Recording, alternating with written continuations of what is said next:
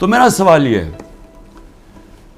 کہ جو بھی طاقت میں بیٹھے ہوئے ہیں جو یہ سب کچھ کروا رہے ہیں، میں آپ سے ایک سوال پوچھتا ہوں کہ کبھی آپ نے سوچا ہے کہ اتنا زیادہ کسی کے ایک پارٹی کے اوپر آپ زور لگائیں اور ظلم کریں اور وہ پھر پارٹی نہ ٹوٹے؟ پنجاب کے اندر کتنے ٹکٹ ہولڈرز توڑ لیے ابھی تک؟ 297 ہیں ٹکٹ ہولڈرز، ان میں سے 40-50 توڑے ہیں، باقی کیوں نہیں ٹوٹ رہا ہے؟ سب گھروں میں سے نکلے ہوئے ہیں، انہوں نے اپنی فیملیز کو گھروں سے نکال دیا ہے، سب چھپے ہوئے ہیں، بزنسز ان کی بند ہے، وہ ٹوٹ کیوں نہیں رہے؟ سوال پوچھا اپنے آپ سے کہ اتنا ہی زور لگایا، ابھی پختونخوا کے اندر پوری کوشش ہو رہی ہے، کیوں نہیں ٹوٹ رہے؟ وہ اس لیے نہیں ٹوٹ رہے، اور میں بڑے ادب سے اپنے پاور بروکرز کو کہنا چاہتا ہوں کہ بڑا غور سے میری بات سنیں۔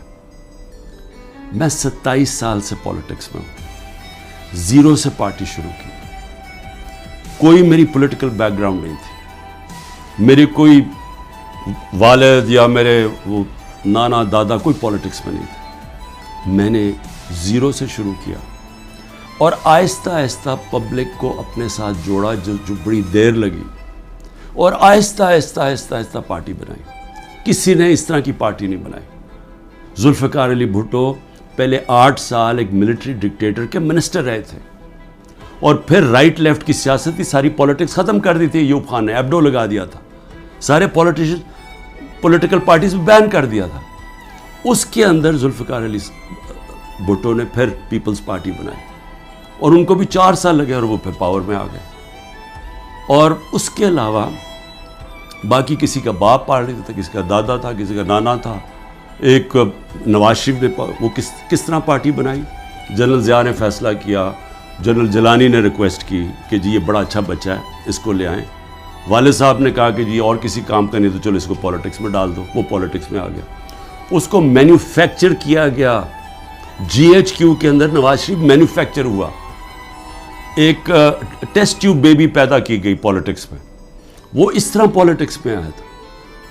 تو تجربہ، میں صرف یہ کہہ رہا ہوں کہ جس آدمی نے زیرو سے پارٹی شروع کر کے 2 پارٹی سسٹم بریک کر کے آج اللہ کا کرم ہے سب سے بڑی پارٹی ہے پاکستان میں، تو کم از کم میرے ویوز ہی سن لیں، کیونکہ یہ جو بھی آپ حربے استعمال کر رہے ہیں یہ آپ کامیاب نہیں ہونے لگے، یہ آپ ملک کی تباہی کریں گے لیکن آپ کامیاب نہیں ہوں گے۔ کیونکہ دیکھیں، جب ایک آئیڈیا، اور یہ پولیٹکس یہ 90 کی دہائی کی پولیٹکس نہیں ہے۔ 90 کی دہائی میں پولیٹکس کیا تھا؟ الیکٹیبلز تھے، اسٹیبلشمنٹ انہوں نے ایک طرف ایک پارٹی کا ساتھ دیتی تھی، الیکٹیبل تھوڑے ادھر چلے جاتے تو پارٹی جیت جاتی تھی۔ یہ تھی 90 کی دہائی کی پولیٹکس۔ اور پھر یہی آگے جب جنرل مشرف نے کیا کیا،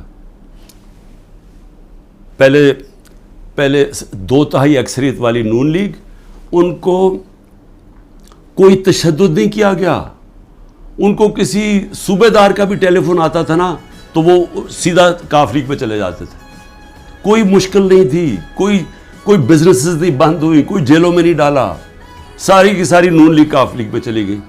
اور اگر وہ جو باقی، میں پھر سے کہتا ہوں، جو بچے ہوئے تھے نون لیگ والے، اگر ان کے اوپر 5% بھی وہ تشدد کرتے جو ہمارے پہ ہو رہا ہے، انہوں نے بھی کاف لیگ میں چلے جانا تھا۔ تو وہ پولیٹکس، وہ زمانہ چلا گیا ہے۔ یہ اب پولیٹکس ہے 1970 کی پولیٹکس، یہ آ گئی ہے نظریے کی پولیٹکس۔ 1970 کے بعد پاکستان میں نظریہ ختم کیا گیا تھا۔ جنرل ضیاء الحق نے نان پارٹی بیس الیکشن کروا کے نظریہ ختم کر دیا تھا۔ وہ جو 1970 کے اندر جو نظریاتی پولیٹکس تھی، اس نے سارے پرانے پولیٹیکل ہاؤسز کو اڑا دیا۔ ویسٹ پاکستان میں ذوالفقار علی بھٹو نے، اور ایسٹ پاکستان میں مجیب الرحمان نے، صرف نظریہ جیتا تھا۔ یہ آ گئی ہے نظریاتی پولیٹکس۔ یہ جو ہمارے لوگ ہیں، وہ اتنی مشکلات کے بغیر کیوں نہیں چھوڑ رہے؟ کہ ان کو پتہ ہے کہ جب وہ چھوڑیں گے ان کی پولیٹکس ختم ہو جائے گی۔ ان کو پتہ ہے کہ ووٹر جو نیچے بیٹھا ہوا ہے، وہ ووٹر کہہ رہا ہے کہ اگر آپ نے تحریک انصاف کے ٹکٹ کے اوپر نہ لڑے، ہم آپ کو ووٹ نہیں دیں گے۔ وہ لوگ کہہ رہے ہیں جن کے اپنے ووٹ بینکس ہیں، ان کا اپنا ووٹ بینک کہہ رہا ہے کہ آپ کو صرف ہم تب جتائیں گے جب آپ تحریک انصاف پہ کھڑے ہوں۔ تو قوم کے دل تو اللہ کے ہاتھ میں ہے۔ اللہ جب لوگوں کے دل بدل دیتا ہے تو انگریزی میں پھر فریز آ جاتا ہے کہ an idea whose time has come. No number of armies can destroy an idea whose time has come. جتنی مرضی فوجیں ہوں، وہ جب ایک نظریے کا وقت جو اللہ ڈالتا ہے دلوں میں، جب وہ آ جاتا ہے آپ کچھ نہیں کر سکتے. آپ جو بھی کریں گے وہ بیک فائر کرے گا. 14 مہینے سے کوشش کیا جا رہا ہے کہ نظریہ کو ختم کرنے کا، اور 14 مہینے سے کوئی سروے کروا لیں، آپ کو بار بار ایک ہی رزلٹ آئے گا کہ لوگ اور زیادہ تحریک انصاف کے ساتھ آ گئے. اس لیے میری ریکویسٹ یہ ہے کہ یہ پولیٹیکل انجینئر سے ملک کو تباہ کر رہے ہیں. اس وقت ضرورت ملک کو پولیٹیکل سٹیبلٹی کی ہے. پولیٹیکل انجینئرنگ کے جی سارے بندر بانٹ کر دو، یہ چھوٹے چھوٹوں کو کسی کو یہ دے دو اور سیٹیں بانٹ دو پارٹیز کے بیچ میں تھوڑی تھوڑی، اور اپنے بھی لوگوں کو، اور پھر الیکشن کمیشن کے ساتھ دھاندلی کر کے جتا دو. یہ ملک کو ڈی سٹیبلائز کرے گا، یہ سٹیبلٹی نہیں لے کے آئے گا.